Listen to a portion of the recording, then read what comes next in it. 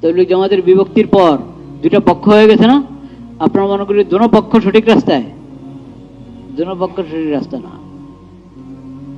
মৌলানা সাদ সাহেবের অনুসারীরা সঠিক রাস্তায় নাই।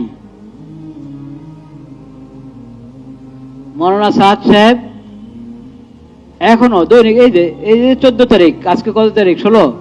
এই 14 তারিখের বয়ান আমার কাছে আছে, 14 তারিখের বয়ান।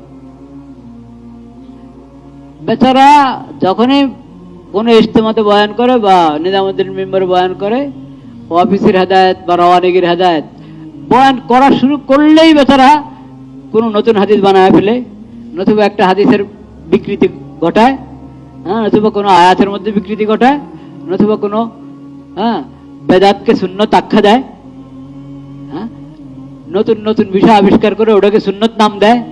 কোনো না কোনো গন্ডগোল করেই বয়ানের মধ্যে।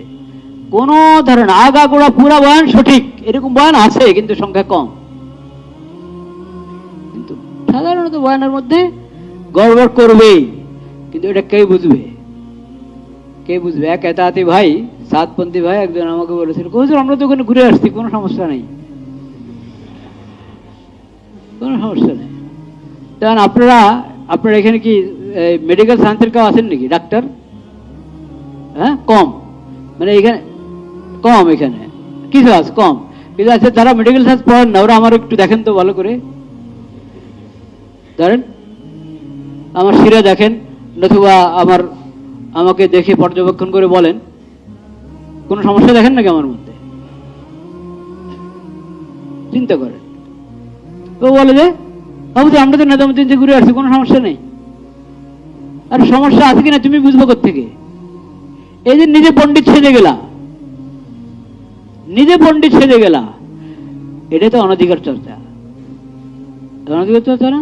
এটা তো একটা গলত কাজ, এটাই তো গলত কাজ, যেটা তুমি আলেমদের থেকে মশানো নেওয়া দরকার। তুমি নিজে বলছো যে আমরা তো দেখে এসেছি, কোনো সমস্যা নাই, মানে আপনারা ভুল বলছেন, আপনারা ভুল বলছেন। সুবহানাল্লাহ।